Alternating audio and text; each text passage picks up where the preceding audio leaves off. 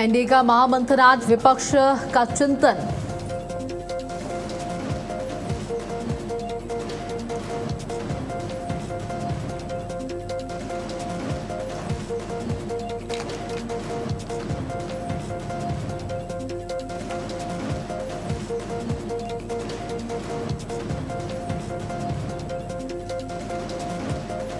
UP विधानसभा सत्र का आज दूसरा दिन। योगी सरकार आज पेश करेगी अनुपूरक बजट। सदन में विपक्ष के हंगामे के आसार। आज सीएम योगी करेंगे कैबिनेट मीटिंग। बैठक में कई मुद्दों पर होगी चर्चा। महत्वपूर्ण अध्यादेश को कैबिनेट से मिलेगी मंजूरी।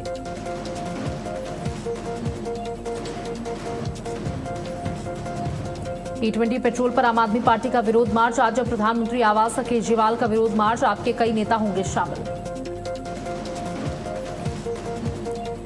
देश भर में मानसून का कहर जारी। असम, गुजरात समेत कई राज्य बाढ़ में डूबे। यूपी, बिहार, दिल्ली में अलर्ट जारी।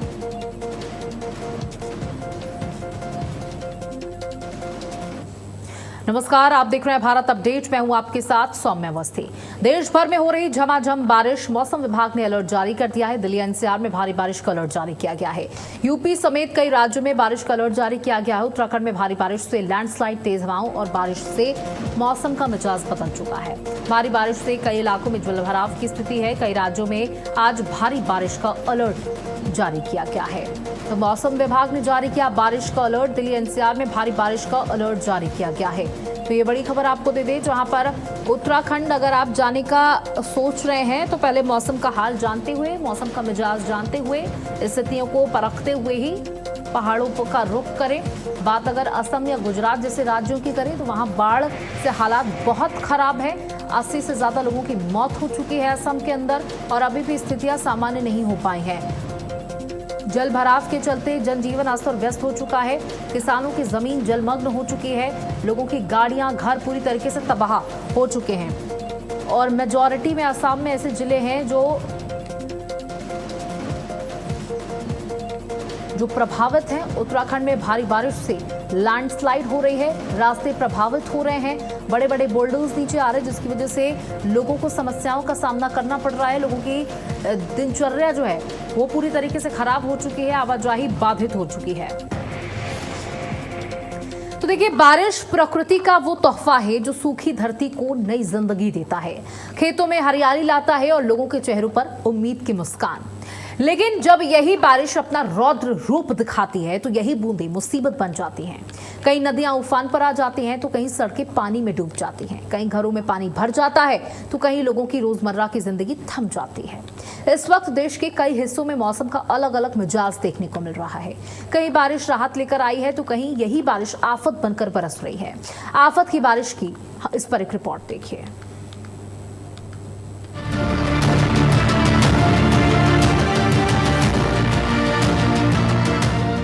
बादलों का वार, जनजीवन लाचार, बारिश का डबल अटैक, आसमानी आफत, बेबस जिंदगी, कहीं राहत कहीं आफत। सावन का महीना, बारिश की रिमझिम, हरियाली की खुशबू और यही इस मौसम की पहचान है। लेकिन इस बार सावन सिर्फ सुकून नहीं, कई राज्यों के लिए बड़ी परीक्षा भी बन गया है। कहीं पहाड़ों से आफत, बेबस जिंदगी, कहीं राहत कहीं आफत और घर बाढ़ की चपेट में है। महाराष्ट्र से लेकर उत्तर प्रदेश, असम से लेकर गुजरात और छत्तीसगढ़ तक बारिश ने अलग अलग तस्वीरें दिखाई हैं। कहीं राहत की फुहार है तो कहीं आफत की बौछार है। अगले कुछ दिनों तक भी कई इलाकों में भारी बारिश का अलर्ट है। ऐसे में सवाल यही है कि क्या सावन की ये बारिश राहत बनेगी या मुसीबत और बढ़ाएगी। अब आपको दिखाते हैं उत्तर प्रदेश, छत्तीसगढ़, महाराष्ट्र, असम, गुजरात से बारिश की 5 बड़ी तस्वीरें।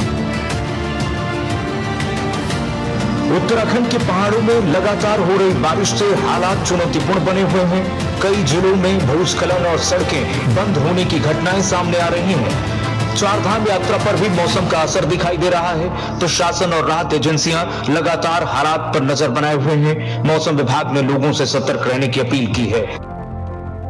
गुजरात की ओर नजर करें तो सावन की बारिश अब मुसीबत बनती जा रही है। लगातार हो रही तेज बारिश ने कई शहरों की रफ्तार थाम दी है। सड़कें पानी में डूब गई हैं। निचले इलाकों में जल भराव से लोगों की मुश्किलें बढ़ गई हैं। कहीं बाढ़ जैसे हालात हैं तो कहीं जनजीवन पूरी तरह से प्रभावित हो गया है। प्रशासन राहत और बचाव कार्य में जुटा है, तो वहीं असम में लगातार बारिश से कई नदियां उफान पर हैं। सैकड़ों गांव अब भी पानी से घिरे हुए हैं। सड़कें और पुल जलमग्न होने से कई इलाकों का संपर्क टूट गया है। हजारों लोगों ने राहत शिविर में शरण ली है। राहत और बचाव दल लगातार लोगों को सुरक्षित स्थानों पर पहुंचाने और जरूरी सामान उपलब्ध कराने में जुटे हैं।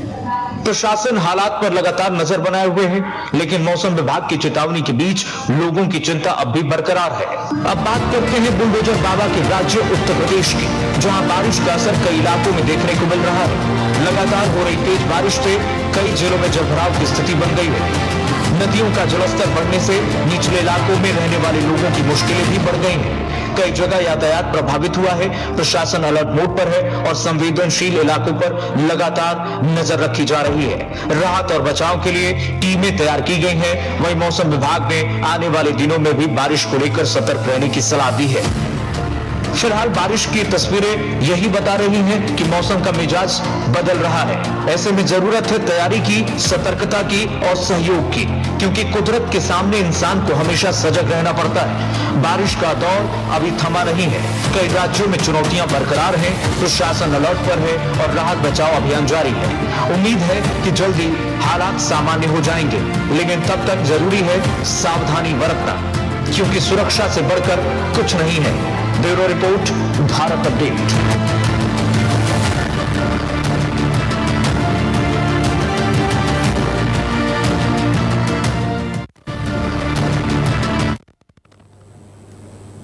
तो मानसून का प्रचंड वार देखने को मिल रहा है। कई इलाकों में भारी बारिश हो रही है। आसमान से आफत बरस रही है। बता दें कि आसाम और गुजरात जैसे राज्यों की बात करें तो वहां पर ये बारिश आफत बनकर बरस रही है। लोगों का जनजीवन पूरी तरीके से प्रभावित हुआ है और 80 से ज्यादा लोगों की मौत आसाम में हो चुकी है। लोग आम जिंदगी जीना ही आसाम के अंदर भूल गए हैं। असम, छत्तीसगढ़, यूपी, गुजरात और महाराष्ट्र से ये तस्वीर आपको दिखा रही है। 5 तस्वीरें अलग अलग राज्यों की हैं जो बयां कर रही हैं कि कहीं पर ये बारिश अच्छा मौसम लेकर आ रही है, लोगों को गर्मी से राहत पहुंचा रही है। जैसे अगर बात यूपी की करें तो यूपी के कई ऐसे जिले हैं जहां पर राहत मिली है, तो कई ऐसे जिले हैं जो बाढ़ से प्रभावित हो चुके हैं। वहीं अगर बात आसाम की करें तो आसाम में स्थितियां बहुत बदतर हैं। लगातार केंद्र सरकार नजर बनाए रखे है। वहीं ऋषिकेश में गंगा का जलस्तर बढ़ चुका है। वहीं अगर दूसरी तस्वीर आपको नैनीताल से दिखा रहे, देखिए नैनीताल में बड़ी संख्या में पर्यटक आते हैं, लेकिन यहाँ पर भी स्थितियां ठीक नहीं है। तीसरी तस्वीर आपको रुद्रप्रयाग में डेंजर जोन पर एसडीआरएफ टीम, डीडीआरएफ की टीमें तैनात कर दी गई हैं। वहीं चौथी तस्वीर देहरादून में जबरदस्त बारिश हो रही है, जिसको लेकर रेड अलर्ट जारी कर दिया गया है। देखिए देहरादून में बारिश की वजह से ट्रैफिक की बहुत ज्यादा स्थितियां पैदा हो गई हैं।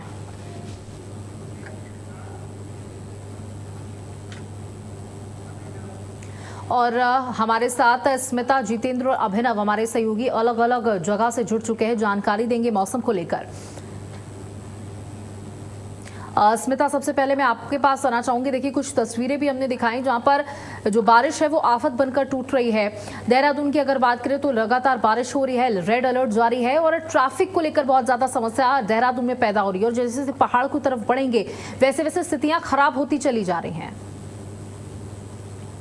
बिल्कुल, हमें आपको बता दें कि एक बार फिर प्रदेश के 4 जिलों में जो है आज मौसम विभाग ने रेड और येलो अलर्ट जारी कर दिया गया है। और अगर देहरादून की हम बात करें तो देहरादून में अभी कुछ देर पहले बारिश हो रही थी और अभी फिलहाल बारिश बंद है, लेकिन स्थितियां इसी तरह की बनी हुई है क्योंकि बादल छाए हुए हैं और ऐसे में जो मौसम विभाग की चेतावनी है उसको देखते हुए बारिश कभी भी हो सकती है। और उत्तराखंड के बारे में ये कहा भी जाता है सौम्या कि उत्तराखंड का जो मौसम है वो अनप्रिडिक्टेड है।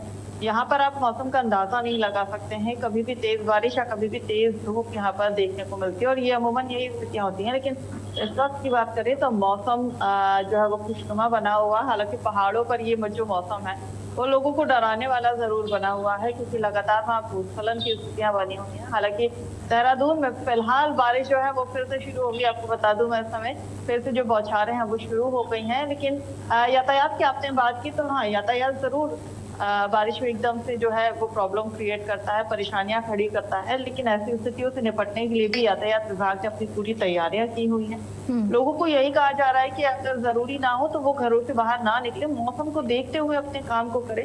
हालांकि सुबह सबको ऑफिस जाना होता है, बच्चों को स्कूल जाना होता है, रोजमर्रा के कामों के लिए निकलना होता है, तो ऐसे में जो ट्रैफिक है वो थोड़ा सा जो है वो परेशान करने वाला हो जाता है, क्योंकि सभी को जल्दी होती है। लेकिन थोड़ी देर बाद जो है वो ट्रैफिक सामान्य हो जाता है। और सबसे अच्छी बात ये होती है कि देहरादून में कई जगह ऐसी हैं जहाँ पे जल भराव नहीं होता है। जबकि हम हरिद्वार की बात करें तो वहां पर जल भराव की स्थितियां देखने को मिलती है, लेकिन देहरादून में ऐसी स्थितियां नहीं होती। अब हम पहाड़ की बात कर लेते हैं, तो पहाड़ में इस वक्त जो मौसम है वो वाकई डराने वाला बना हुआ है। अगर हम रुद्रप्रयाग की चारधाम यात्रा की बात करें या फिर हम बद्रीनाथ धाम की बात करें, गंगोत्री धाम की बात करें, तो यहाँ पर जो यात्री हैं वो थोड़ा सा संभल कर आए, क्योंकि मौसम इस वक्त खराब बना हुआ है। मौसम विभाग ने चेतावनी जारी की हुई है। और आपको ये भी बता दें कि सुबह करीब 7 बजे बद्रीनाथ के पास पागल नाला जो जगह है वहां पर एक बार फिर लैंडस्लाइड हुआ था, जहां पर जेसीबी लगा दी गई थी और फिर उस मार्ग को जो है खोलने के लिए काम किया गया था। और अब ताजा जानकारी जो मिली है कि बद्रीनाथ का पागल नाला वाला जो हिस्सा है उसे खोल दिया गया है। श्रद्धालु वहां से अपनी यात्रा को दोबारा शुरू कर सकते हैं। वहीं अगर नारायण बगड़ की बात करें तो वहां भी भूस्खलन हुआ था, लेकिन अब वहां भी मार्ग जो है सुचारू कर दिया गया है। बिल्कुल स्मिता, तो देखिए अलग अलग जगह हैं जहां पर अलग अलग परिस्थितियां पैदा हो रही हैं और जनजीवन अस्त और व्यस्त नजर आ रहा है। अब जितेंद्र भाटी मैं आपके पास आना चाहूंगी। देखिए जैसे पहाड़ों का अगर हम जिक्र कर रहे थे तो वहां पर ये बारिश जो है वो आफत बनकर टूट रही है, लेकिन अगर गाजियाबाद या नोएडा या दिल्ली की बात कर ले तो यहाँ पर बारिश की दरकार है, क्योंकि लगातार ह्यूमिडिटी बढ़ रही है, उमस बढ़ रही है, इसलिए लोग चाहते हैं कि यहाँ पर बारिश हो। लेकिन जब जबरदस्त बारिश होती है तो यहाँ की व्यवस्थाएं जो है उनकी भी पोल खुल जाती है। देखिए सोमा, जिस तरीके से गाजियाबाद, दिल्ली और नोएडा में भारत अपडेट की टीम लगातार 24 घंटे तैनात है, उसमें कहीं ना कहीं अपने दर्शकों को पूरी जानकारी उपलब्ध करा रहे हैं। तो हमें आपको बता दें कि गाजियाबाद, दिल्ली और नोएडा में जिस तरीके का उमस का माहौल है उससे कहीं ना कहीं सभी को इंतजार है कि कब बारिश हो। लेकिन जो व्यवस्थाओं की अगर बात की जाए, जिस तरीके से कांवड़िए अब अपने गंतव्य के लिए पहुंचने के लिए जीटी रोड का सहारा लेकर पंजाब, हरियाणा, दिल्ली और अन्य इलाकों में पहुंच रहे हैं, उससे कहीं ना कहीं ये देखने को मिल रहा है कि गाजियाबाद प्रशासन अपनी पूरी तरीके से कमर कसे हुए हैं। कहीं कोई कोताही न बरती जाए, इसको लेकर खासा इंतजाम किए गए हैं। कई वॉच टावर बनाए गए हैं, कई 100 CCTV से लगाए गए हैं, जिनसे लगातार निगरानी की जा रही है। बारिश की अगर बात की जाए तो बारिश अगर तेज होती है तो जल भराव की स्थिति बनती है, और ऐसे में वाटर ड्रेनेज सिस्टम लगाया गया है, जिससे कांवड़ियों को कोई असमानता न लगे, कोई परेशानी ना हो। इसको लेकर प्रशासन पूरी तरीके से सख्त है। बारिश अभी 2 दिन से नहीं आई है, हालांकि जिस तरीके का अलर्ट जारी है उससे लग रहा है कि तेज बारिश होगी, लेकिन अभी तक बारिश का कहीं कोई नामो निशान नहीं है। जो बारिश का सभी को इंतजार रहता है, क्योंकि गर्मी ज्यादा है और यही वजह है कि बारिश का इंतजार रहता है। बारिश के लिए पूरी तरीके से गाजियाबाद प्रशासन ने अपनी पूरी कमर कस ली है। बीते दिनों देखने को मिला था कि कई बार ऐसी जगह पर जहां पर जल भराव की स्थिति बनती है वहां जो हालात है काफी असामान्य हो गए थे, आमजन को खासा परेशानी हुई थी, कई गाड़ियां खराब हुई थी, काफी ट्रैफिक इसमें खराब हुआ था, और यही वजह थी कि वहां पर अभी पूरी तरीके से सुधार कर लिया गया है। प्रशासन पूरी तरीके से मुस्तैद है, कोई ऐसी अप्रिय घटना की सूचना दिल्ली NCR में नहीं है और सब सामान्य चल रहा है। फिलहाल अभी जो प्रशासन है वो कांवड़ियों की सेवा में और उनको सत्कार में, और यूं कह सकते हैं कि उत्तर प्रदेश के मुख्यमंत्री योगी आदित्यनाथ ने जिस तरीके से प्रशासनिक अमले को ये कहा है कि कांवड़ियों को कोई दिक्कत ना हो, उसको लेकर पूरा अमला तैयार रहे, वही सब किया जा रहा है। 24 घंटे पूरी तरीके से व्यवस्थित गाजियाबाद है, नोएडा है और दिल्ली के आसपास के इलाके हैं। दिल्ली चूंकि गाजियाबाद से सटा हुआ है, यहाँ विशेषकर जो सीमा चौकियां हैं वहां पर ध्यान रखा जा रहा है, कहीं कोई इन हालातों को न बिगाड़े, कहीं कोई ऐसा संदिग्ध व्यक्ति यूपी में प्रवेश ना करे और यहाँ के हालात ना बिगड़े, इसको लेकर सादी वर्दी पुलिस तैनात की गई है। हर जगह हालात काफी दुरुस्त है, बस अभी इंतजार सभी को है कि इस उमस भरी गर्मी से राहत मिले। बिल्कुल, इस उमस भरी गर्मी से मैदानी क्षेत्रों को बड़ी राहत मिले, यही उम्मीद की जा रही है। अब आपके पास मैं आना चाहूंगी। देखिए शाहजहांपुर में अभिनव, क्या कुछ स्थितियां बनी हुई है, बारिश हो रही है?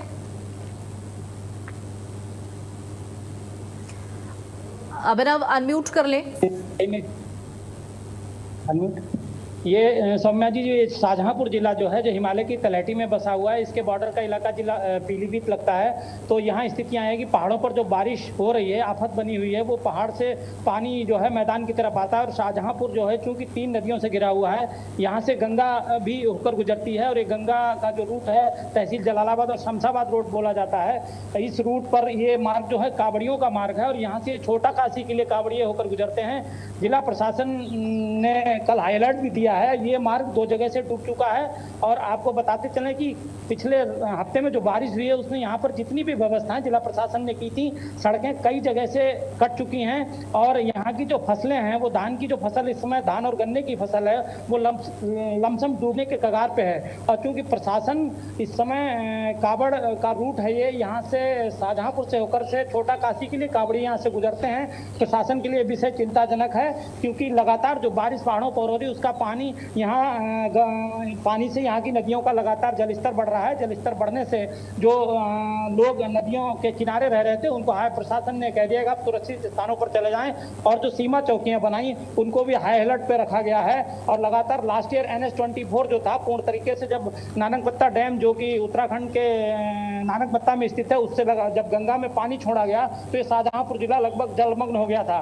तो इस चीज को एहतियात बरतते हुए जिला प्रशासन ने अपने NDRF और SDRF टीमों को हाई अलर्ट पे रखा हुआ है और लगातार प्रशासन कॉम्बिंग कर रहा है कि कहीं ऐसा ना हो कि पिछले साल की तरह कोई अप्रिय घटना हो जाए। और चूंकि जो NH-24 है इसके किनारे से मेडिकल कॉलेज है जहां मरीजों की संख्या बहुत ज्यादा रहती है और शाहजहांपुर में बाढ़ की आशंका बनी हुई है लगातार और नदियों का जलस्तर खतरे के निशान से ऊपर चल रहा है। और इस मेडिकल कॉलेज की सुरक्षा के लिए जिला प्रशासन ने जो टीमें गठित की हैं वो टीमें लगातार बाढ़ की स्थिति पर नजर बनाए हुए हैं। और जो 4 नदियां हैं, गोमती, गंगा और दोहा और कटना, इस शाहजहांपुर के चारों तरफ से होकर गुजर रही हैं। इनका जलस्तर खतरे के निशान से ऊपर चल रहा है और यह बरसात किसानों के लिए आफत बनी हुई है। बिल्कुल, देखिए किसानों के लिए बरसात आफत बनी हुई है तो कई फसलों को दरकार भी है बारिश की।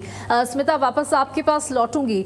देखिए अगर बात उत्तराखंड की जाए तो लगातार महीनों पहले से ही तैयारियां शुरू कर दी गई थी। बारिश के मद्देनजर मौसम के बदलाव को देखते हुए SDRF और NDRF की टीमों को भी तैनात कर दिया गया था। कहां सबसे ज्यादा स्थितियां खराब पाई जा रही हैं स्मिता? देखिए पहाड़ में कई ऐसी जगह हैं जहाँ पर भूस्खलन की स्थितियाँ देखने को मिलती हैं और वहाँ के पॉइंट्स जो हैं उन्हें भी पॉइंट आउट कर लिया जाता है, जिसके बाद वहाँ काम शुरू कर दिया जाता है। लेकिन मौसम की अगर बात की जाए तो मौसम के आगे कई बार जो तैयारियां होती हैं वो धराशाही हो जाती हैं क्योंकि मौसम से लड़ना इतना आसान नहीं होता है। बावजूद इसके प्रशासन ने जो तैयारियां की है उसका असर भी देखने को मिल रहा है। हम चारधाम रूट की बात कर ले तो ये वो ऐसा रूट है जहां पर सबसे ज्यादा लैंडस्लाइड होता है। रुद्रप्रयाग की बात कर ले तो रुद्रप्रयाग में जब आप केदारनाथ के लिए यात्रा शुरू करते हैं तो गौरीकुंड से लेकर केदारनाथ तक का जो मार्ग है वो काफी खतरनाक मार्ग है और बारिश के समय में और ज्यादा जो है वो वहाँ पर स्थितियाँ गंभीर हो जाती हैं। वहाँ पर 256 से ज्यादा जो है नए स्लाइड जोन जो है वो पॉइंट आउट किए गए थे। हालांकि उन पर काम किया जा चुका है और वहाँ पर अभी भी जो है SDRF NDRF की टीमों को तैनात किया गया है। साथ ही जल पुलिस को भी वहाँ तैनात किया गया है।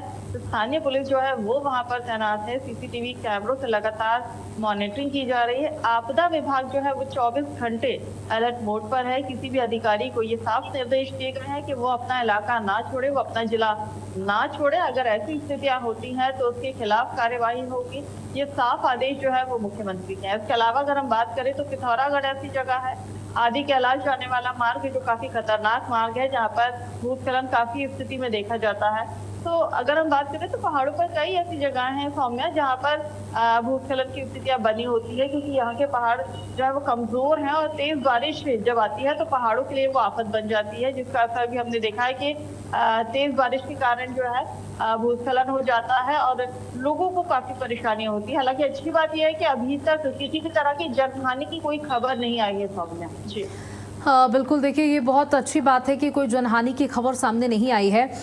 वापस आपके पास आऊंगी जितेंद्र भाटी। देखिए यहाँ पर बारिश अभी बहुत खास नहीं हो रही है, बहुत तेज बारिश नहीं हो रही है, लेकिन आने वाले दिनों में किस तरीके का मौसम विभाग ने अलर्ट जारी किया है दिल्ली NCR क्षेत्रों के लिए? जिस तरीके से गाजियाबाद में से होकर गुजरती है हिंडन नदी, अगर बारिश तेज होती है तो जाहिर तौर पर हिंडन नदी का जल स्तर बढ़ जाता है और यही वजह है कि हिंडन नदी के आसपास के इलाके जो है जलमग्न हो जाते हैं। लेकिन अभी काफी समय से ऐसा नहीं हुआ है। बीते 1-1.5 महीने पहले पानी का जो स्तर है वो काफी बढ़ गया था, और यही वजह थी कि करड़ा इलाका पड़ता है इंडा नदी के करीब में, और वहां पर लोगों के घरों में पानी भर गया था। और यही वजह है कि एनडीआरएफ की टीम ने वहां पर लोगों को जो जलमग्न घर थे उनसे निकालना शुरू कर दिया था। कई बार प्रशासन ऐसा कहता भी है कि इंडा नदी के आसपास के इलाके अवैध हैं, वहां पर कोई भी निर्माण ना हो, लेकिन बावजूद इसके कई ऐसे कथित तौर पर बिल्डर या कई भूमाफिया हैं जो वहां पर जो जमीन की खरीद फरोख्त करते हैं और भोले वाले लोगों को वहां पर रहने के लिए प्रलोभन देते हैं, और लोग इस प्रलोभन में आ भी जाते हैं, मकान बनाते हैं। लेकिन जब हिंडन नदी का जलस्तर बढ़ता है तेज बारिश होने की वजह से या फिर हरियाणा की तरफ से पानी छोड़ने की वजह से, तब यहाँ पर पूरा इलाका जलमग्न हो जाता है। लेकिन अभी फिलहाल जो है स्थिति सामान्य बनी हुई है। अगर जलस्तर बढ़ता है तो जाहिर तौर पर उन इलाकों में जहाँ पर जो हिंडन नदी है उसके आसपास के इलाकों में परेशानी होती है।